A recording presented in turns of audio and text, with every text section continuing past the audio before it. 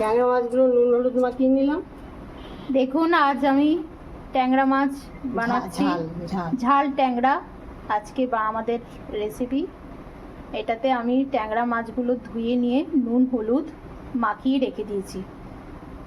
এবার কড়াইতে সর্ষের তেল দিয়েছি, দিয়ে তেলটা একটু গরম হলে এর মধ্যে দিয়ে দেবো এক এক করে ট্যাংরা মাছ। এপিট ওপিট করে ভেজে নেবো।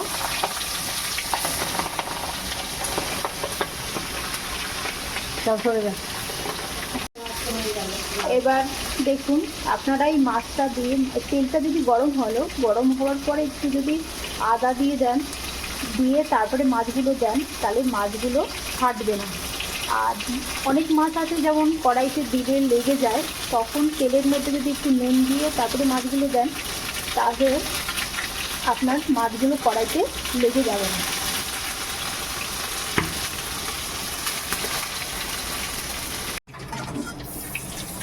দেখুন মাছগুলো যে ভেজেছি, তার মাছগুলো যেমন তেমন ভেজেছি দেখুন।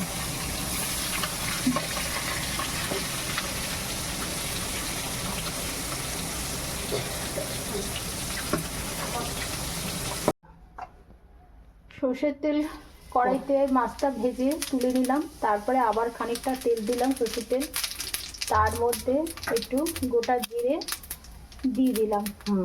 জিরেটা বেশ ভাজা হলে, জিরেটা বেশ ভাজা ভাজা হয়ে গেলে, একটু গন্ধ বেরোলে, তখন আমি মশলাটা দিয়ে দিচ্ছি।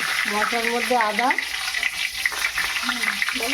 পেঁয়াজ বাটা, আদা বাটা, ধনে জিরের গুঁড়ো আর একটু কাশ্মীরি লঙ্কা। হ্যাঁ, আর ঝাল আপনারা যেরকম খাবেন সেরকম দেবেন। হয়তো এবার মশলা বাটাটা দিয়ে দিলাম। এবার মশলাটাকে খুব ভালো করে ভাজতে হবে।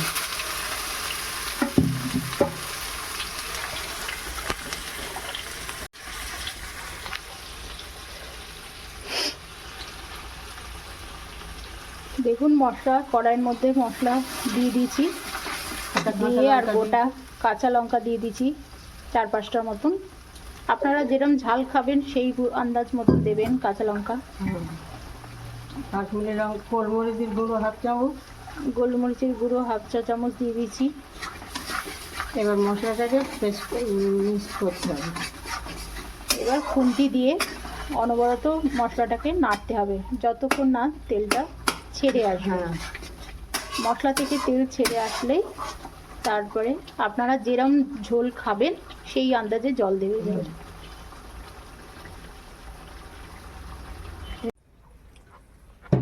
মশলাটা নাড়তে নাড়তে যখন মশলা থেকে তেল ছেড়ে গেল, তখন আমি খানিকটা মতন জল দিয়ে দিলাম। পরিমাণ মতো যেমন ঝোল খাবেন সেরকম মতন আপনারা ওর মধ্যে জল দেবেন। মাখা মাখা হলে ভালো হয়। হ্যাঁ, মাখা মাখা করে যদি করেন তাহলে খুব সুন্দর হয় এবং খুব স্বাদ লাগে। এবার ঝোলটা বেশ একটু ফুটে ফুটে উঠবে, তখন আমি এই ট্যাংরা মাছগুলো ঝোলের মধ্যে ছেড়ে দেবো। ঝোলের মধ্যে ছেড়ে দেবো।